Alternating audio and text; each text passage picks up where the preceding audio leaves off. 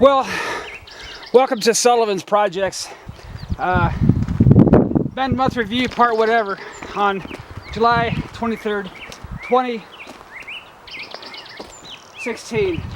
And I feel really guilty about stepping in front of this beauty and interrupting these beautiful birds, beautiful bears growling, beautiful deer running through the thicket. But keep coming up here, it'll still be here. This is the top of Carr Canyon. I've always told you guys I wanted to film up here. I have before at night. It's really beautiful, if you can't tell. I never thought after I get chemo started I'd actually make it up this far. The chemo itself isn't bothering me so much. Actually, I kind of wish I'd have done that earlier. The radiation is, to be 1000% completely honest with you, kicking my ass. They got so concerned at work this week because I started having problems even standing up or sitting up or staying awake. I was just like completely going out of it. They really considered having me work down here in Sierra Vista, which is right over here, which is where I live. But I said, you know, maybe it'll come to that in a month or so when I get toward the end of this radiation and chemo, but it's just a month. I'm working 4 days a week on the way to my treatments, basically. Sorry about that. I hate this stupid feeding tube, believe me. I hate looking at it, I hate feeling it, I hate it tugging out my stomach. I hate it. But that's because I can still eat. But that day I can't, me and Terry Scheibel are going to remember why it's a good thing. Once I lose the ability to swallow, and I've already started to have some of those symptoms here or there, I'm going to have to use that stupid thing. And I'm losing weight about a pound a day, and I'd love to sell this diet of eating 2 pounds a day, not crapping once, and still losing a pound a day. So it is what it is. Don't you just love my Sierra Vista? Can you guys blame me for wanting to get buried down there and have my church there? And one of the reasons they really wanted to get me to stay down here in Sierra Vista was because they know that I need to build a friendship base here, like what I do have in Tucson to some extent. But it's very fleeting, the one in Tucson. People used to be like, oh, John, I'll drive 100 miles and take you to the store and make sure you have gas and make sure that you have food and make sure you make all your appointments. Just because you're such a good person, John, I will do that for you. Well, I guess what they were trying to say was they really didn't think I was such a good person, but they knew they were a good person. So that's why they made the offer, and I graciously accepted it in a couple of occasions. But, you know, you just can't do the math any other way than how Jesus did it when he fed the 5,000 on the eastern side of the Galilee. The Sea of Galilee, Sea of Tiberias, whatever you want to call it, depending on which side you're on. They were coming out of Capharnaum, hit a storm. Jesus was asleep. Disciples were freaking out. Says, Jesus, hello, you're sleeping. You know, we're about to drown here. And he's like, okay, peace, be still. And it was like glass. And Jesus and his friends got to the eastern side. Basically, it's the pagan wasteland to actually get a vacation. You know, everybody wants to get away from the church once in a while, get out here and enjoy a vacation. Well, that's what Jesus and his friends did, and the vacation turned into, they were met by 5,000 very hungry, very thirsty, very eagerly wanting, from an inspirational point, people. And Jesus had pity on them, was tired as heck. They woke him up trying to get some sleep on the boat, you know, that was crashing into the bottom of the Sea of Galilee. They woke him up from that. He finally got a chance to get some Z's, and they said, no, come on. So Jesus did the math. He says, what do you got here to feed these 5,000 people? You feed them. And they're like, Jesus, you know, we have 5 loaves of bread 1, 2, 3, 4, 5. We have 2 fish. 1, 2. So you take that divided into 5,000, you got maybe not even a pea for each person. And we're supposed to feed them with that. And Jesus said, count again, dudes. Quit thinking like man thinks, think like God thinks. Count again. And they go, see, 2 plus 5, 1, 2, 3, 4, 5, 6, 7, Jesus, 8. And that's how it works for me. So these friends that come and go, pray and then forget about me, like me on Facebook and then like, oh, okay, let's move on to our next fashion trend of the day.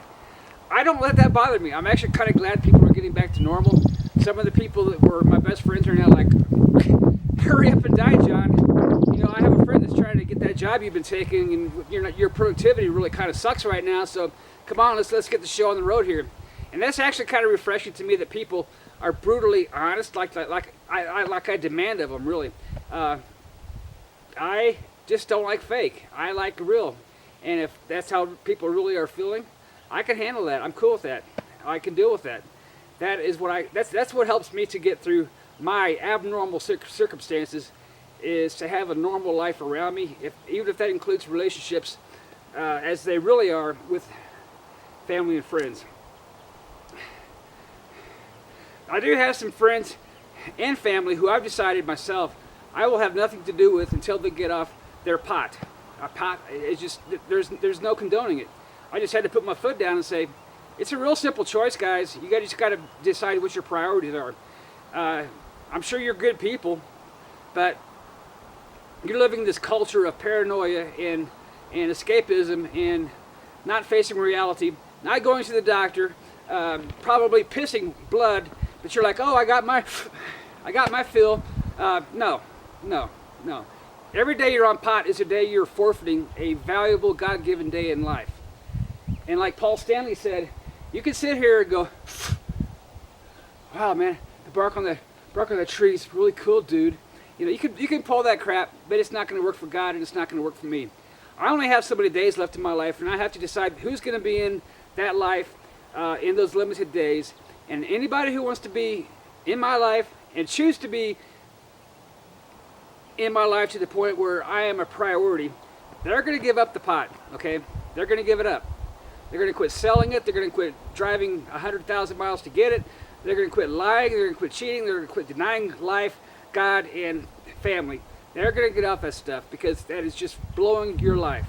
I live more in a day with cancer, undergoing chemo and radiation than anybody who smokes pot does, period. Anybody. And I may sound very judgmental, and I'm sure some of you guys are out there thinking that Jesus was just a bunch of commune living, loving people living in tents and smoking weed and making garments and miracles out of hemp and all that good stuff that you all think in your delusions. Well, you go ahead and waste your life away, but we've already seen what happened to Colorado. It's become a whole state of non-productivity. It has. Everybody smells like a skunk. You know, I used to be in Colorado when I lived there. If you were driving up 24 or 90 over to Leadville, and you started smelling this really bad smell, that was a skunk. But nowadays, if you drive through Colorado and you don't smell a skunk, well, chances are you're not in Colorado anymore. We just got to think, guys. And I put the foot down, and a lot of people are very pissed off at me and think I'm being judgmental and stuff. I'm not. The only thing God gave me that I can really call my own are the days and the hours that God gave me. God gave me a choice. God gave me a breath. God gave me a clock upon which I live. 23 hours, 56 minutes, 4.9 hours a day. Only goes around so many times, and all of a sudden, zap, I'm gone. Well, don't feel sorry for me because I'm using that time wisely. I really am. I wish I had more because I'm really trying to finish this Liberty 72 stuff, and it's driving me absolutely out of my mind that I can't right now. It stopped for a number of reasons. Stopped. I guarantee it'd be a lot better than that Star Trek Beyond you saw last night, but it stopped. It's not over with, it's just halted in its tracks. And it really has nothing to do with me. It's just that when I'm getting so beat down by this radiation, I'm still trying to make it a point to go to work every day for the purpose of up here surrounding myself with real people and just sitting around in my room looking at the ceiling fan go like this and just wasting my life away like most people do when they die of cancer. That's not me. If God has given me an ability to rise up and walk, well, guess what? That's what I'm going to do. If God has given me the ability to speak, whether it's what you actually wanted to hear from me or God, I'm going to speak. If God gave me a chance to remind you what an ass clown Donald Trump is, I will do that. Or Hillary Clinton, what a crook she is. There's no reason to vote for any of these people. And so far, as a guy who has cancer, all the little Trump fans that are threatening to either make me vote for Trump or they're going to kneecap me, it really doesn't work for me. You guys just need to go out and realize that you have both, Democrat and Republican, picked a loser who probably within 1 year will get impeached by both the House and convicted by the Senate. Either one of these guys, Clinton or Trump, will not last a year. They just won't. So thank the lucky stars that both Clinton and Trump have really picked some vice presidential candidates that I think are going to work just fine for the year 2018 through 2020, when a real conservative like Ted Cruz or even a quasi-conservative we can actually like, and we know he tries hard, he's got the good heart for the Constitution, something like Paul Ryan. We're going to make it. You know, we were talking, I think, the other day in Generations about, actually I think it was Bob Bauer was speaking about